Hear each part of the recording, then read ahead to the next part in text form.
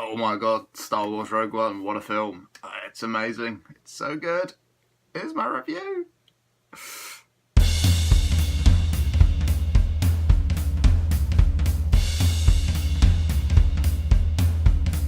Hello again. So as you've just seen, this is my review on Star Wars Rogue One, or Rogue One: A Star Wars Story, to give it its proper title.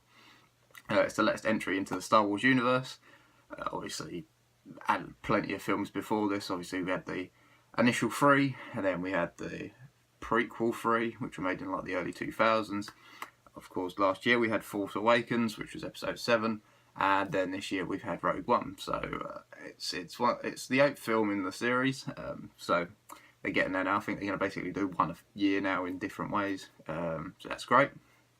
But yeah, what a film this is. What a film. It charts the events between episode 3, which is Revenge of the Sith, which is basically the Sith taking over, in all honesty. Anakin Skywalker turning dark, etc. So events between that and A New Hope, episode 4, which of course starts off with C-3PO and R2-D2 getting the plans for the Death Star from Princess Leia. So it's all the events in between that, basically. So yeah, like I say, it's in between. So it's one of those films. It's strange because you kind of know what's going to happen anyway, but this just kind of fills in the gaps and tells you what's happened.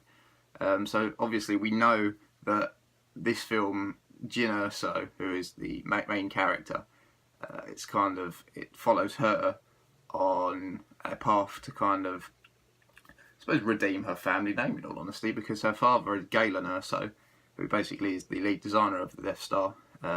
So Jyn's the pivotal character.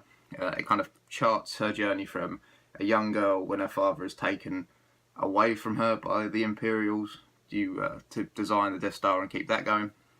And it goes all the way through, follows her up to being a young woman, through like tragedy and triumph, peril. So it follows her as the pivotal character, but she links in with the idea of the Death Star plans, obviously with her father being the designer of it. So yeah, it really, really links in quite well with that. The cast itself, very, very good. Obviously, being a standalone film, they had to kind of generate all new characters. We're keeping some in here and there just to, kind of keep a link to different films. So Felicity Jones plays Jyn Erso, being the pivotal character, like I say. But then there's also a very good supporting cast. Diego Luna, Mads Mikkelsen, who was also just in Doctor Strange, so he's having a very good year. Donnie Yen, who is basically a martial arts legend, and shows that off very well in this film. There's also Forrest Whitaker, Alan Tudyk, who, if you don't know him, he was in Firefly, so everyone loves him, and countless others, to be honest. It's a really strong cast, considering it's a film that's basically a one-off, and they won't be reprising their roles. So yeah, that's great. So yeah, Jyn Erso, she gets to the age probably of her mid-20s, and she's been captured by the Imperials, and basically she is rescued and recruited by the Rebel Alliance, and her mission is pretty simple. She's got to find a leader of a freedom fighter group called Saw Gerrera, who actually raised her in between the events of her father being taken away and the current day that they're in. He raised her for a number of years, so she does have a link to him. So the Rebellion want her to go and find him, try and get him back on the Rebel Alliance's side. Obviously helps the fight against the Imperials and the dark side. And basically, yeah, they want her to discover the secrets of the Death Star, what it is, what it can do. And yeah, she's helped along the way by another Rebel captain, an Imperial pilot who's defected, a blind warrior, which is Donnie Yen's character, which is phenomenal in this film, and a mercenary who actually protects Donnie Yen. So, good.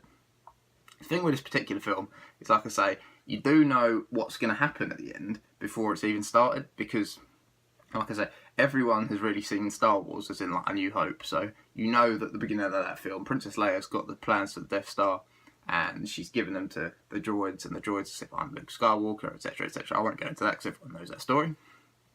So you know full well that the characters in this film aren't going to make it out of this film because they were never in any of the future films.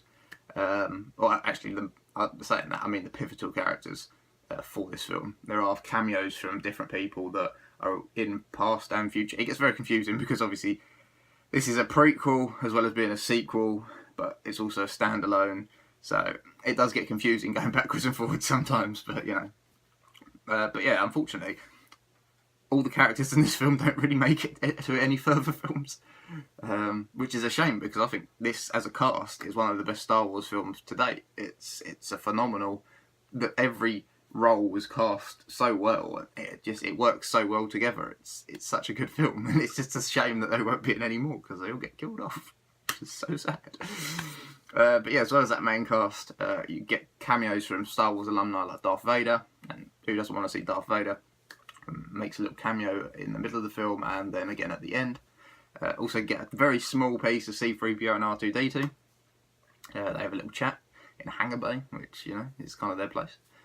Bail Organa, who of course is the adoptive father of Princess Leia, and you see at the end of episode 3, obviously taking Leia away from Obi-Wan Kenobi, while Obi-Wan takes Luke to Tatooine and gives him to Owen and LaRue, whose names I can't remember. They are their names, I can't remember their last name. So, is it Lars? Oh, I can't remember. Something like that. So yeah, he's in that. So that obviously links it back in with the previous films, like I say. Also, Mon Mothma's in it. It's also in episode 3, but it's also obviously in future films, which it's very... basically, she's in it. Also, what we get in this film as well is some very, very creative CGI. Now, obviously, CGI has been in Star Wars films for many years now. Even when they remastered the original films, they added a lot of CGI, which a lot of people didn't like. Obviously, it was nice that they'd done little bits, but sometimes they did go over the top a little bit too much.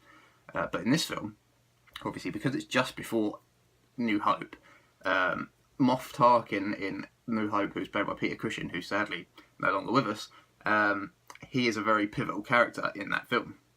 So they couldn't really leave out that he was there when the Death Star was being built. So what they've done is recreated him very well with CGI, and the likeness is incredible, and his voice is incredible, and for me that really, really helped bridge the stories together. Also at the end of the film we get a very young Princess Leia, who was obviously Carrie Fisher, so they've CGI'd her back to her younger phase, because obviously now she's older and she's been in like Force Awakens and such. So yeah, that was really good. They also used, which I found to be like one of the small touches, but one of the best touches, is they used archive footage from A New Hope. And they used Angus MacInnes and Drew Henley, who were Gold Leader, Dutch Vander, and Red Leader Garvin, I think it's Dries, something like that. And they used old footage of them, but they kind of dubbed it a little bit. So they were involved in a battle over Scarif, which is the planet that the kind of main ending of the film happens on. So it was really good, obviously, to see that, because again, it's another link back and another link forward, because both of them get killed in A New Hope, but then it's nice to see that they were in this film, because then you know that it all links together so well. It's so good. Also, wonderful little touch, like they're having the battle, and an X-Wing flies by, and you're like, oh, this is a bit random. And all of a sudden, the bloke in the X-Wing goes, Red 5 under attack, Red 5 dies. Who becomes Red 5? We will know who becomes Red 5. Luke Skywalker. There we go. So that was cool. That was a lovely little touch. But yeah, it's amazing that they did all this CGI stuff. It was really cool. This film, it tells you that they don't need all the old characters in every film. It shows that you can have a very new cast and you can have new characters, and it can still appeal to the audience, and it gives them purpose and meaning, and it truly engages everyone watching, because you know the importance of the roles that they're playing, because you know what happens at the end already, and it's a phenomenal way of making a film, knowing the ending before you know the middle. But it's just, it's such a well written film. It's like Felicity Jones in it does such a great job. She's, as a female lead in a franchise with mainly male leads, her performance is superb. I don't think there's any other word for it, to be honest. And numerous other performances in this film, also superb. So that word superb comes up a lot. But you won't ever regret seeing this film. It's something you'll enjoy, you'll talk about it, and you'll feel nostalgic with it because of all the little Easter eggs and all the little throwbacks and cameos. It's just an amazing film, and I'd give it 4.75 out of 5. Like I say, I don't think any film's ever 5 stars, but 4.75 is definitely what I'd give it, because it's just an amazing film. I love Star Wars, I'm not going to lie. I'm a nerd. I don't care. Can't see them, but up there, there's like a pod racer, and there's a Millennium Falcon, and there's like a droid carrier, and I've got drawers filled with it and everything. I love Star Wars, so this film was just amazing for me. But hopefully you have enjoyed my review of it. If you have, hopefully you go out and see the film and enjoy it yourself, because you really need to see it. It's a great film, whether you've never seen Star Wars before, whether you're a big fan of it. It's just a film you need to see right now. So yeah, hopefully you've enjoyed this video, and I'll catch you next time. See ya.